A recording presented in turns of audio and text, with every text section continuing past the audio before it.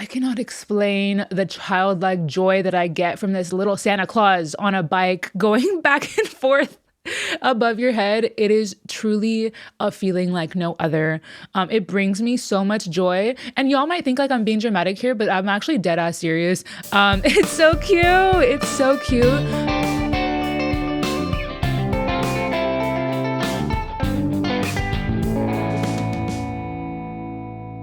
Howdy und servus, y'all, and welcome back to another episode of The Pod Abroad. My name is Paulina de los Santos, and on this podcast, I share my insights as an American living in Germany. I've been here for 9 years, so I have a lot of stories to tell, and I also have conversations with my immigrant friends who also get to share their lived experiences. So wherever you're listening from, if you're on Spotify or YouTube or Apple, feel free to give me a follow or subscribe. Leave a comment down below if you agree with anything I say, if you disagree, and let's get into it. Today, I am speaking all about the cultural differences between Christmas in the US, in Texas particularly, where I grew up, and life here in Munich, Germany. So there's that disclaimer. I've only ever lived in Texas in the US. I've only ever lived in Bavaria in Germany. So I can only speak on that. And I'm also hitting you with my favorite Christmas market recommendations for Munich. So if you are going to Munich this winter, I have a lot to say about that. If you don't want to listen in detail about what I have to say, I will of course have timestamps and leave the list down below, and you can take that as you please. But I do want to kind of speak on my sentiments around these Christmas markets and why they are special to me. So we're going to get into that as well. So starting off with Christmas markets, I want to speak to anyone, maybe if you're American or from another country and is not familiar about what European Christmas markets are. I wanted to speak on that. And just to say, Christmas markets are actually just like little festivals. We call them markets, but to call it a market kind of sounds like it's like a grocery store. They are little festivals. They are all over the city of Munich and in Germany in general. And they are so incredibly special. They open up at the end of November and run typically until the end of December. And at these Christmas markets, you will find a lot of yummy things to eat, a lot of little Christmas trinkets like ornaments, artisan pieces, homemade goods, also delicious drinks, warm drinks that I'll be speaking about as well. And they are outdoors. So they are kind of situated in a series of stands, little stalls all around. And someone once told me in Munich here that the Christmas markets are like mushrooms. They just pop up everywhere, which is absolutely true. So it's not like there's only one iconic Christmas market in Munich. I mean, there is one that's the biggest, but there are several, everywhere you go. And almost every major neighborhood has one of their own, even if it's small and only for a weekend. So it's something near and dear to the Germans' hearts, and a big way of how they celebrate going into the Christmas season. And it's a way to gather with one's friends, kind of get outside, even though the weather might be miserable sometimes, and kind of have that spirit with your friends, and maybe play some games if they have any there, buy some nice drinks, and just get to, celebrate that Christmas spirit, which I absolutely love. So that's a little bit about what Christmas markets are. And another thing, I guess, to have that prequel is that one of the biggest things about Christmas markets is Glühwein.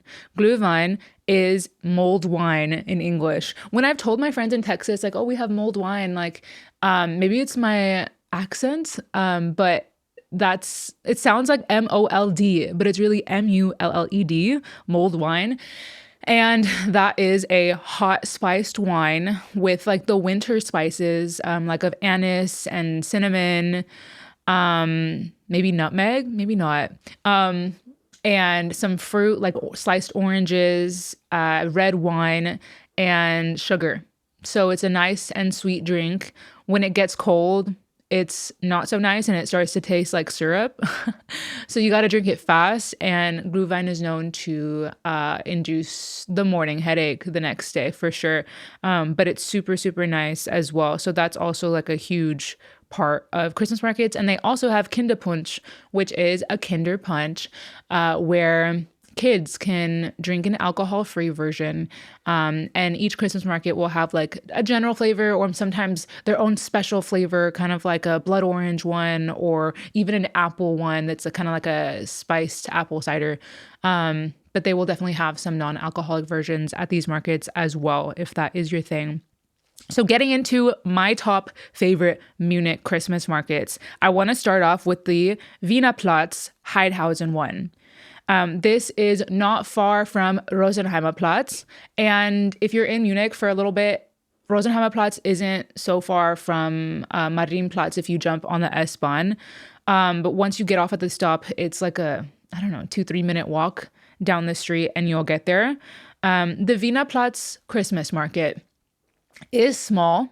It's not like a massive industrial one, but it's very charming. And there is one main reason why I go back every single year, and that is exclusively because there is a tiny little Santa riding a bike on this little string that they have attached above you. And I cannot explain the childlike joy that I get from this little Santa Claus on a bike going back and forth above your head. It is truly a feeling like no other.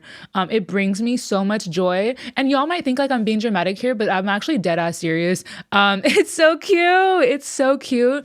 I can't tell you like what it is about it, but it's just this little tiny Santa that's like on these strings, kind of cycling above your head. And I absolutely love it. It's whimsical. It's kind of just like a local cute little vibe. It's starting to be known by tourists. And last year when I went to a Christmas market, I heard so many Americans, and I've been here for 9 years. And I would say like back in 2016, 2017, like I would not hear as many international tourists. And I was speaking with my boyfriend about that and like wondering why is that, like that people, more and more people are coming to Germany during Christmas.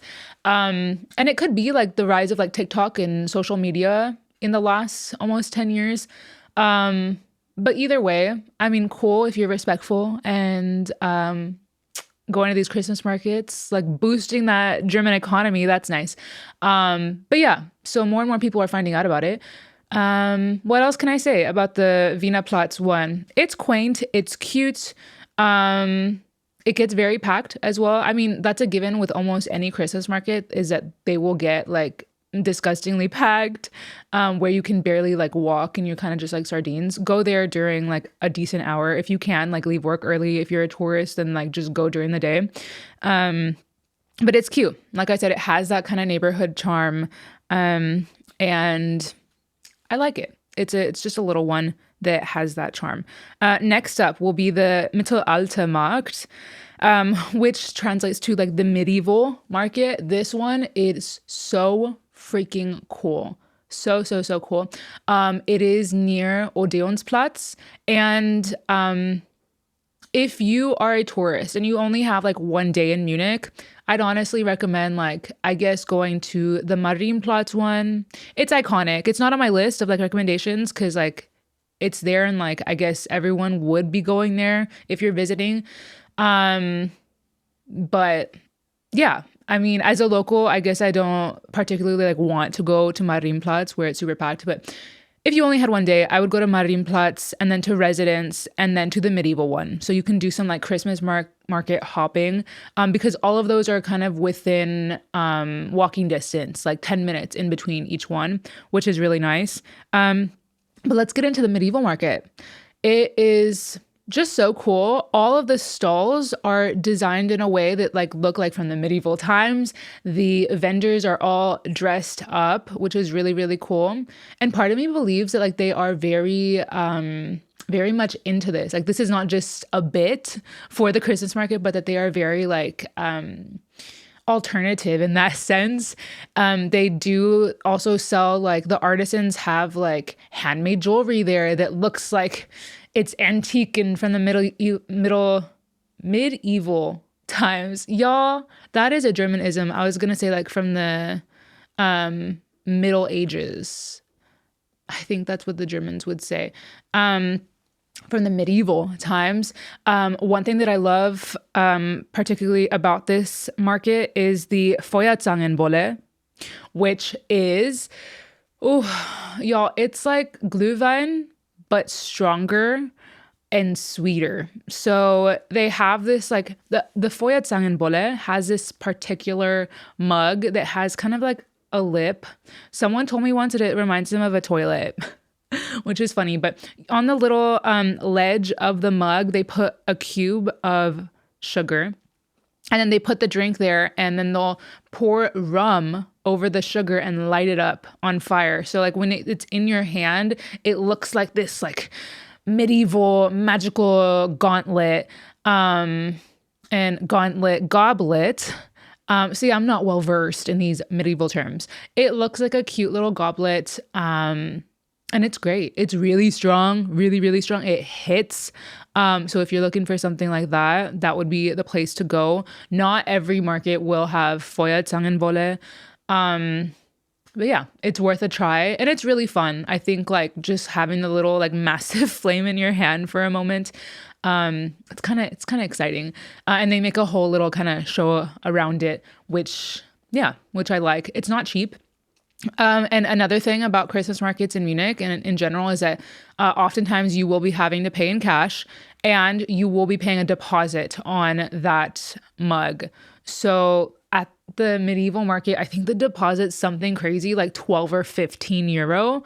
And y'all don't like crucify me in the comments, but like I think if you want to keep the mug, you can. Some other people have told me like, no, they need the mug back. But like, I don't know. You let me know if you know what's the right thing to do. Because at some Christmas markets, the deposit's only like €6. And I'm like, oh, cute. This mug is definitely worth €6 to me. And like, I'd want to keep it. Yeah. So don't be surprised. Like when you order one drink and they're like, that'll be like €22 sometime. Because the point is that you get a little token for the deposit. And then you give it back with your ceramic. And you get your cash back. If you return it in one piece, if you're not getting too wild and you break it, then that might be another thing. Yes. What else? They have like, like I said, the costumes are a whole vibe. They have like a whole roasting pig, which is nuts. I'm vegan. So there's that. Like, that's not my favorite thing. But they do also have like vegan knödel, which is cool, which are these typical dumplings here. Really yummy. And I think all around the medieval Christmas market, they have little like fires that you can stand around, which I also really, really like. I just think it's a whole vibe. It also gets ridiculously packed. If you can, like I would say, if you're working, then go early. Like try to get off of work at 4 and then go straight there. If you want to embrace it being packed, that's fine too. It just might be stressful to like wait a long time in line and like get from place to place. My next recommendation for a Munich Christmas market would be the Chinesischer Turm, which is a Chinese tower in Englischer Garten. English Garden. And this one is a whole vibe. So during the summer, the Chinese Tower is always a place like to gather. There is a beer garden there in the summertime, and they'll have like a band playing from this Chinese Tower inside of it. So it kind of resonates throughout the park, which is really nice. They even have bands sometimes playing in the winter, which like props to them because it's freaking cold. And that's not easy with a brass instrument. The Chinese Tower I hold near and dear because I used to work at Allianz, and it was really close by, and we would like just go kind of with colleagues after work or as like a team event, which was really cool. They also have Eisstockschießen there, which is Bavarian curling.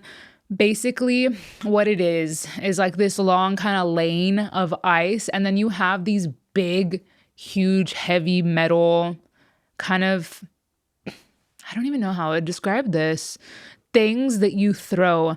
Think of it as almost looking like almost like a simple chess piece, but it's massive and metal and heavy, and you kind of throw it down almost in a similar way to like bowling. Yeah, it's a whole vibe. I've done it several times. It's really fun. You got to be careful.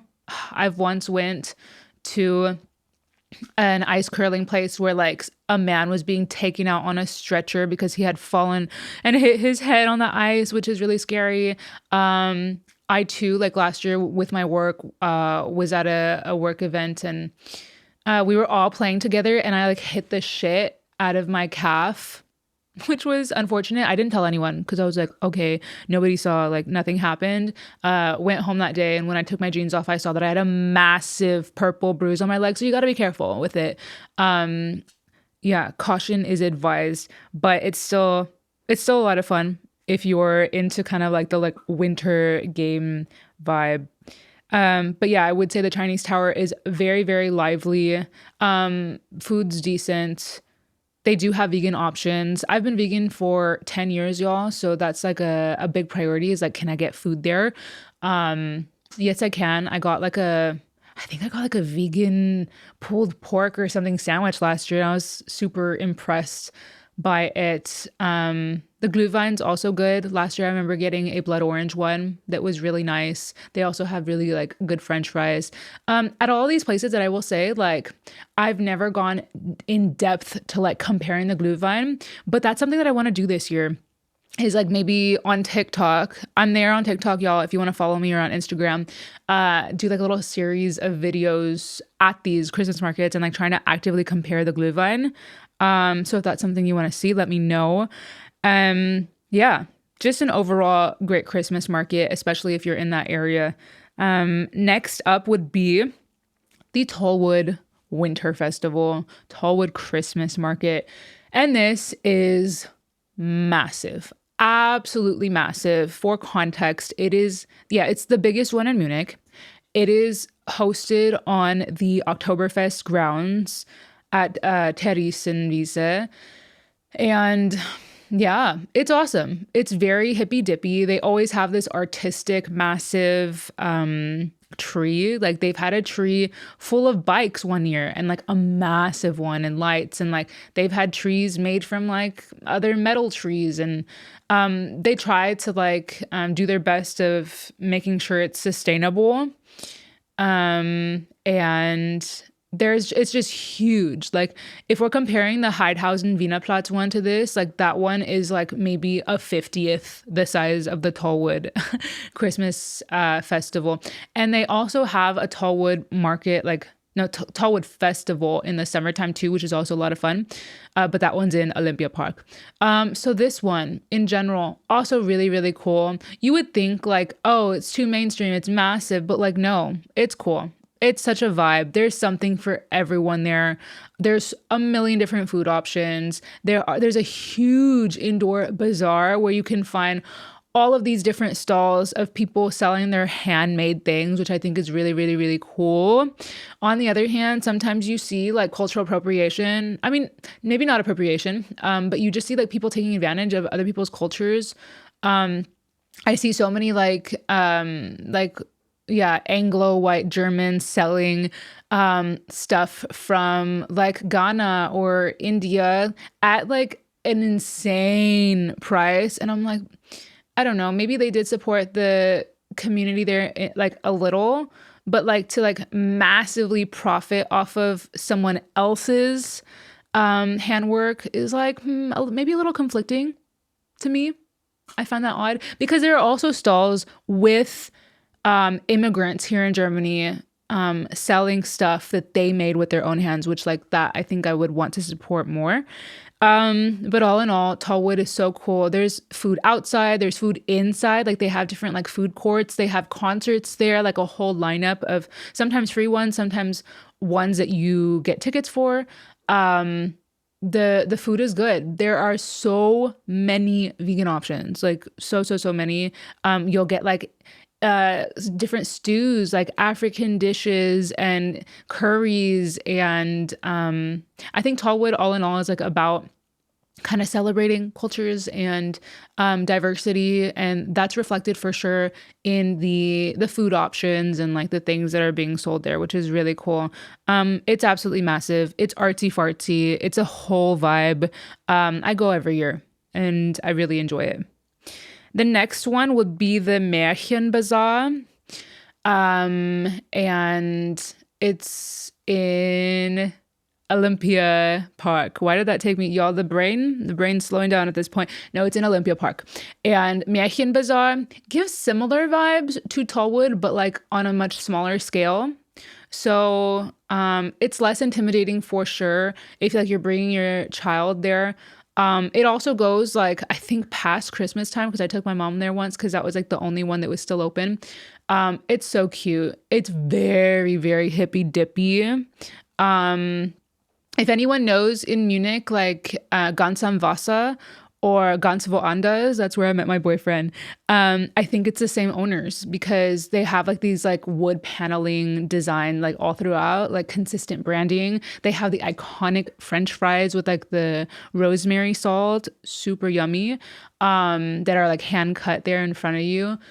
So many different food options for me as well, being vegan, which is nice. Different tents like with like puppet shows for kids and of course more artisan items, which is really nice as well. It is kind of out there depending on where you live. But if you're looking for a place open a little later, or if you're looking for a place that's just a little different and like you don't want the crazy hustle and bustle of Tollwood, then the Märchenbazar could definitely be for you. Going there in the afternoon, sometimes it's like so chill and no one's there, but you can have that like chill vibe if that's what you're looking for. Next up, I want to speak about Pink Christmas. And Pink Christmas is so cute. It's located at Stephansplatz, which is near Zellinger Tor, not far at all, just a little walk away. This is known as the LGBTQ plus Christmas market here in Munich. It's very, very friendly, cute, and very small, I would say. It's just like in one little plaza around there, but everything is pink, which is so sweet. And a lot of like the proceeds at different stalls go towards good organizations to support the community, which is great. And they have like an AIDS awareness day and other different events throughout to have visibility and to share pride, which I think is absolutely beautiful. It's small. It is small like the others, but that's like what's so special about it. It's not this massive commercial Christmas market. I love it. The music's always great, always poppin'. The decor iconic with like pink icicles and pink lights everywhere. They have like rainbow mugs for their Glühwein, which is really cute as well. So definitely could recommend that if you're looking for a smaller little cozy place as well to support the LGBTQ plus community. And then lastly, I wanted to finish off with the Residenz one. I think I had mentioned a little earlier. It is a classic. It's not too far from Marienplatz. This is definitely one of the most crowded ones. Like I get so claustrophobic in this one if I go at the wrong time. Go at the right time. Go during the day, like on a Tuesday when they open. Oof. It gets crowded because it's like in an Innenhof, like this little courtyard that you have to like walk through a small entrance to get to. So because you're in a courtyard where there are like seemingly four walls around you, it kind of feels a bit intimidating to the point where I'm like, there's like nowhere for me to go because we're all sardines here. I can't just walk off to the side because like we're boxed in. So there's that. But if you happen to go at a point where it's not like miserably packed, it's a classic. It's so cute. They have the iconic like windmill there. It's just darling. Like when you see like movies about Christmas time in Europe, like this is kind of the idyllic thing that like one would want to see. That's kind of the vibes. And Residence is actually a palace, so you have that royal vibe, and it's just a good one. It's small. It's not that big either, but it's beautiful. They have good drinks. They sell everything that all the other Christmas markets sell, like Christmas tree ornaments and lights and anything else you could think of Christmas related, which is cute. So I would say like go once just to say you went, and then that might be enough for you. Just some practical tips. Like I said, to go on a weekday if you can. It could quite possibly be brutally cold, depending on what kind of winter we have coming up for us. It's already pretty cold in Munich right now. We had our first snow a few days ago in November. Yeah, so bring heated insoles. Could be nice. Like if you are planning on staying outside absolutely all day, at DM here in Munich, which is kind of like a drugstore, you can buy these. It's not environmentally friendly, like single use heated kind of insoles that you put in your shoes, but y'all, they help so much to keep your little toesies warm. Super helpful. Hand warmers, if you have them, whether it be like electric or like the physical ones that you kind of just like snap and reuse, which I have both, are also super helpful to kind of have in your pockets as well. Gloves always is a given. And then some markets take card, but others exclusively cash. Make sure to bring cash, period. Like Munich is a cash central city. Have a good amount of cash. And when I say a good amount, like, I don't know, at least per person, like €50 if you're going to go to a few, because of the fact that I said that you will be paying for those deposits as well up front. So you need to have money for the deposit of the mug if you're drinking some warm drinks as well. A little comment on the best foods, or my favorite foods at these Christmas markets. First off is a classic Kartoffelpuffer. So good. This is a potato pancake. Or in the US, we would just call this kind of like a hash brown. Oh, y'all, it's so good. And surprisingly, the first time like I ever had one fresh at a Christmas market was in Nuremberg, where they were literally just like frying them up in front of me. Y'all, nothing compares to a fresh Kartoffelpuffer straight out the fryer. They hit it with some salt, and you have it with Apfelmus, which is applesauce. Oh, the combination of crunchy, salty, and sweet from the Apfelmus is just, it's just elite. And it's my favorite thing I look forward to now. I feel like it wasn't like so common in Munich when I first got here 9 years ago. It's becoming more and more common today. Yeah, that's a must for me. Baumstriezel. This is kind of like pastry. It's a dessert made from dough. It's kind of like a chimney. Is that what you would call them in English for this dessert? They basically put dough around like this like cylinder, and they roast it kind of right in front of you, and they take it off, and it's just like a big cylinder that you can see through. You can either take it classic, and like have some like cinnamon sugar on it, or you can take it to the next level and put Nutella on it. I will say my boyfriend once ate an entire Baumstriezel. Like he downed it probably within 5 minutes. He ate the whole thing alone, didn't share, because Nutella is typically not vegan. And he felt like an absolute piece of shit after. So you got to watch out. Like it's so easy to like overconsume sugar at these markets for sure. But it's Christmas time. Like 'tis the season. I would say share one like with someone if you want. And there are many markets that have vegan ones, which is super nice. And then lastly, of course, they have churros. Y'all, I've been done dirty in Munich. Like once at Tollwood last year, like I waited in a long line, and like one would think, right? Like a long line is indicative of a good product. I was bamboozled. I get to the front and like they gave me the crustiest, driest churros I've ever eaten, which was unfortunate. I was mad about it. They were like, there was no soft dough anymore. It felt like they were triple fried and like was gonna break a tooth of mine. Have had really good churros at the Wiener Platz one. So it's kind of funny, right? Because like churros are Spanish, but I guess we're still in Europe. Yeah, so those are my favorite kind of foods that I look forward to. In addition, natürlich, to like getting Glühwein. I am a fan. I am, but like I said, like you got to drink it while it's hot. Otherwise, it's like, oh my gosh, this is like syrup. I would say like my max in a whole evening would be 3 Glühwein. Any more and like you're extra destroyed the next day. It's just too much sugar for the body.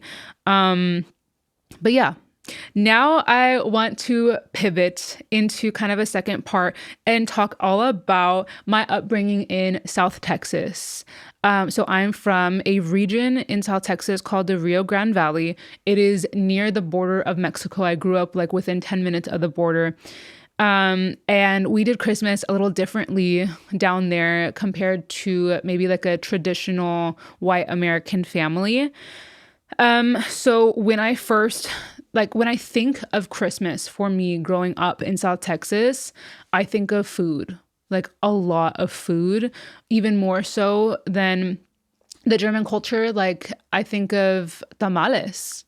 So I grew up with my grandma who was born and brought up in Mexico. We lived in the same house when I was in middle school and high school, and she would tell us like on Saturday, like don't plan anything. Like we already have plans and we're gonna make tamales all day long. And for those who don't know what a tamale is, a tamal, it is, oh, I don't want to say dumpling, but it's a little piece of like dough made from cornmeal, and it's stuffed with like meats or beans or chicken and cheese, and then it's kind of wrapped in an hoja, which is a corn husk, and then you steam it, and then you unwrap the corn husk and eat it like it's like a little present. You unwrap it and then eat the contents that was steamed inside.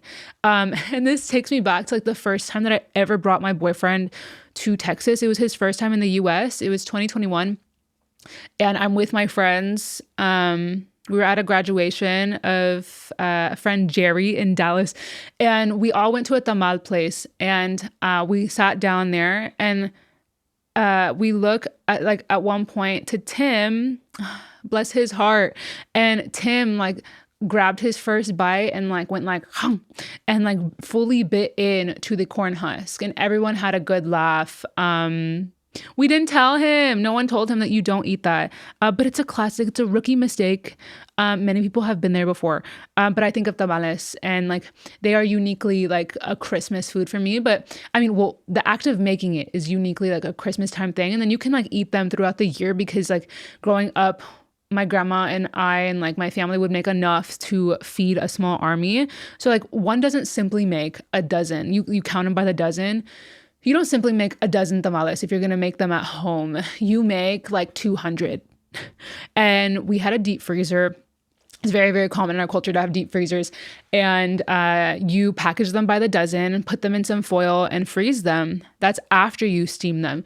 And then it's very common in my culture that like when you go to someone's home for dinner or you're just invited over for a little coffee, that you take like a half dozen as like a little gift, as an offering to like them welcoming you into your home, which I think is so beautiful. I was always raised with the notion like you don't go to someone's home empty-handed. Even if they're like, no, it's fine. Like you always bring a little something, for them hosting. And for us growing up, that was tamales. And some of my friends, shout out Angelica, like she would also come by and like drop off some tamales at my home. And you would think like, Paulina, like your family didn't need more tamales. Like you can never have too many. And they're all kind of different. So like maybe my family would have made like chicken ones. And she was bringing by like some pork ones or some chicken and cheese ones, which is really sweet. Love that. So lots of food. Buñuelos, love that. A buñuelo is like a fried flour tortilla, deep fried, but like a really, really big one. So you make this massive chip, and then while it's hot, you hit it with that cinnamon sugar, kind of coat it both ways. And then you can snap a piece off and then dip it in like a caramel sauce. It is elite. It's so, so yummy. That's very, very common. Also, churros, where I'm from, very, very common. A classic like Mexican hot chocolate. There's one, I can't think of the brand name. I'm sure y'all know. If someone is hearing this and you know, let me know down below. The one with the little grandma, is it the abuelita? Is that what it's called? The chocolate? It's so good having that hot chocolate, and it's a little spicy. If you haven't had a spicy like Mexican hot chocolate, y'all, you gotta try it. It's super, super nice having like the richness of the chocolate and like the punch of chili. Really, really love that. What else? I feel like we would play like little board games during Christmas as well. Um, we'd play chalupa. That's a thing. It's kind of like the Mexican version of bingo. We'd like play with like our little dry beans, which was really sweet. Growing up, I grew up in a Catholic household. I'm no longer religious anymore, but we would of course like go to church during the time. We'd go to midnight mass quite often, which was on the 24th at midnight, pretty late. That was part of it. We'd go to posadas, which are part of the Catholic Church as well, like where we would like go to different church members' homes and like kind of sing. And they'd let us in just as like Jesus was let in when he was looking for homes to stay, for refuge. That was part of our culture. And like the posadas were, I think, like every weekend in December, and you'd go to someone's home and they'd welcome you with tamales and hot chocolate, which was really, really sweet as well. I joined my grandma with those kinds of things. But in my household, we always celebrated Christmas on like properly on the 25th. And that's a difference because in Germany they celebrate quite often like the main big event on the 24th, and then like 25th is kind of just like a more chill day. Yeah, we did have stockings. That's a very American thing as well, to have like the big sock hanging over a fireplace. It's funny because like fireplaces in Texas, many people have them, but like, do we need them? Probably not. It's really, really warm. I grew up with Christmases quite often being like 80 degrees in South Texas, which is like, I think around 26, 27 degrees Celsius, y'all. It was hot. So that also meant that some Christmases, like my uncles were barbecuing. And you're wearing like a dress or shorts, and it's perfectly fine. So very, very different than like the winter life that I live here in Munich. But now I want to speak along the lines of like US holiday culture as a whole in general, and like just the topic of like consumerism. When I think of the US and I think of Christmas, I think of like it being really, really centered around consumerism. And I don't feel the same way here in Munich. Maybe it's like the people that I've surrounded myself by, or I don't know, or maybe it is like the true culture. I'm sure there's like wealthier families here in Munich where like it is maybe more of that. But like as a whole, I don't think that the level of consumerism during Christmas time is the same here as it is in the US. When I think of the US, like I think of like going to Target, even though I don't go to Target anymore because they're on the ban list. Or like Walmart, and like they're singing, like the songs are on the radio, like Mariah Carey. We got those classic Christmas carols. And like shopping around. And Christmas can be a very sad time because of that, of course. Like if you can't afford to give your children the gifts that they want. And more like kids are creating lists. Maybe I create a list as a child of things that they want. And it's becoming common. And like, even if your kids maybe not like that, maybe they get tainted at school, because that is the culture of like, oh, here's what I got for Christmas. And like people are doing these hauls on TikTok or Instagram and be like, this is everything that I got for Christmas. And they like show, I don't know, like $1,000 worth of like, of things and just stuff. And it's all a little too much. It is. And I would say I much, much prefer the German culture of maybe giving less gifts, but it being more meaningful, like giving maybe like one meaningful gift. And I think that's really special here. And because of the fact that we have Christmas market culture and like people are just out, and it's like as if it's in a movie, kind of like cinematic and cute just to enjoy the vibes, and you don't have to spend that much money. I think, yeah, I think it's just a little different, and I prefer that here. Um, I would say, yeah, also a big difference is that in the US, we have huge house decorations, and like even light competitions. I will say, like, the whole consumerism part and like decorating one's home and everything, it's kind of fun to watch. It is. It's entertaining for me. Like, I don't partake, but I do kind of miss seeing like all these homes lit up. It's not like that here. Like, yes, some little homes are lit up here and there here in Munich, and you'll see like a few little strings of lights, but like, y'all, it is not nearly to the extent of what it is in Texas. People go all out. And one special thing that my mom did when we were children that was free to do is she'd like pack up our car with like blankets, and like we'd have, I don't know, little like snacks, and she'd be like, do you want to go see the lights? And we'd be like, yes, let's go. And she'd drive us to like the wealthy neighborhoods, and we'd go see the lights. And you just drive past because like all these people are competing with one another to see who has like the best Christmas decor outside, and like it's quite honestly very impressive and very, very fun and entertaining. I'm definitely a fan. um some Christmas traditions in Germany that I did not partake in South Texas growing up. One being the Advent calendar. Y'all, Advent calendars are so big here in Germany. I didn't really grow up with that in Texas, even growing up Catholic. But yeah, the Germans absolutely love them, and they aren't necessarily just chocolates or anything, but like beauty or tea or different beers, whatever it may be. I know some people like make advent calendars for others. Like Tim's mom, I think it was 2 years ago, like sent us a whole little advents calendar, which was so sweet and creative, where we opened up a little like tiny, tiny little gift like every day through the month of December until Christmas Day, which I thought was so sweet. And another time, his aunt Elizabeth also sent us an advent calendar, and like it's just so, so sweet and thoughtful and very meaningful.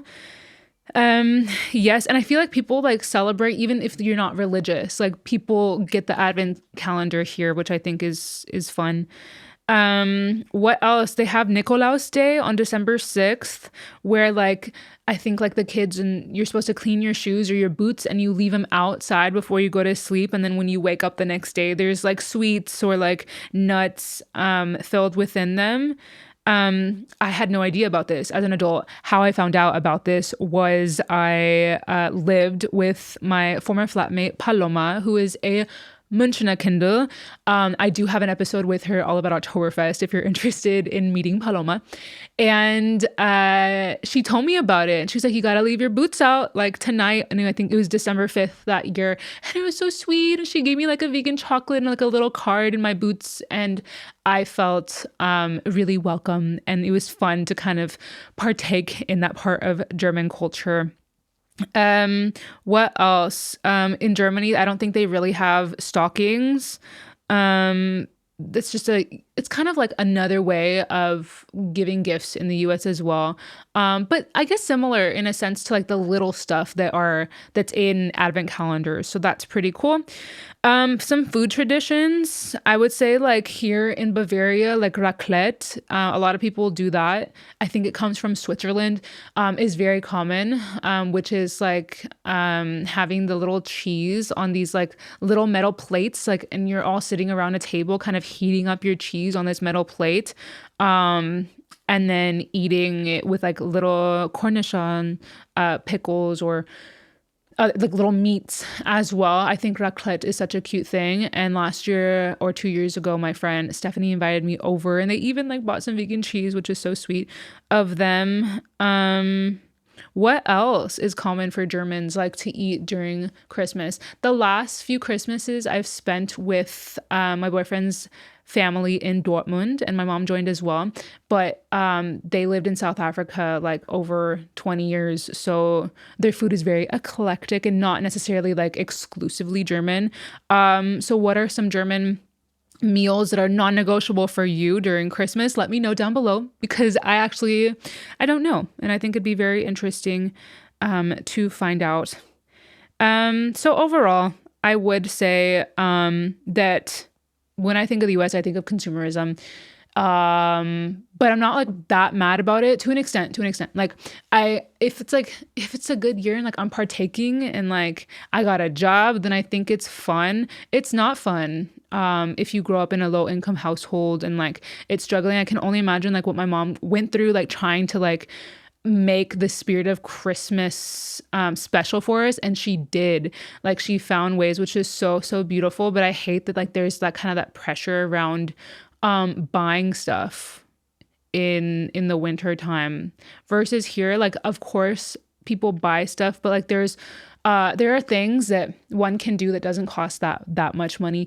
And another thing that I will say is that like, yeah, we might have some like little Christmas festivals in Texas, but y'all, like the prices are so ridiculously inflated in Texas cities. It's not cheap here in Munich, but like I feel like the price gouging, y'all, is like not at the level as it is in Texas. So there's that as well. I love the idea of gathering outdoors, and just like the Germans being like, you know what, it's cold, it's kind of brutal out there, but like we gotta get out, gotta get some fresh air, and meet with one another. I think that's really special. I think my mindset has definitely shifted a bit since moving to Germany on like what Christmas is. Of course, Christmas is for family, and it's a special feeling to gather. And my first Christmas here in Munich, I wasn't able to go home, didn't have the money to, and I spent it with friends that I had met in my master's program. I think we went to Prague, which was really sweet, on a bus, like a midnight bus that was cheap. And Christmas is what you make of it. I would say like many of my friends are my chosen family, and it's so beautiful. Oh, I had the best Christmas, one of them in 2020, at my friend Mo's home in Berlin. I also have an episode with Mo. If y'all haven't seen it, you could check it out. And I wasn't able to go home that year. It was during the pandemic, and I felt so alone, and she like welcomed me into her arms, and with Mo and Dio, her husband, and her kids, and it was just so incredibly special. So I feel very fortunate to have that chosen family here in Germany, and to be able to celebrate that. So Christmas is a feeling more so than having things, I would say, and that's probably how I've changed a bit since moving over here. The one thing that I do miss, of course, is eating my people's food. Last year, I made the grand attempt and was successful at making tamales for the first time on my own, and they were delicious, if I say so myself. A labor of love. It took a long time, but was really nice. So that's kind of how I try to maintain the spirit of Christmas from my culture here in Germany. Yeah, so that's going to be it for this episode. If you've made it this far, thanks so much for listening in. How do you celebrate Christmas in your culture? Are there any similarities? Are there like major differences? Are you a fan of like the consumerism? Like I said, I'm not like an entire hater if like you're in a good financial position. Because I think like gift giving is also sweet. I know it's many people's love language. I'm more of a acts of service and words of affirmation girly. But yeah, thanks so much for listening in, and until next week, ciao. The Pod Abroad's video, audio, and music is produced and edited by Tim Teherne. Make sure to give us a follow and leave a comment if you like this episode.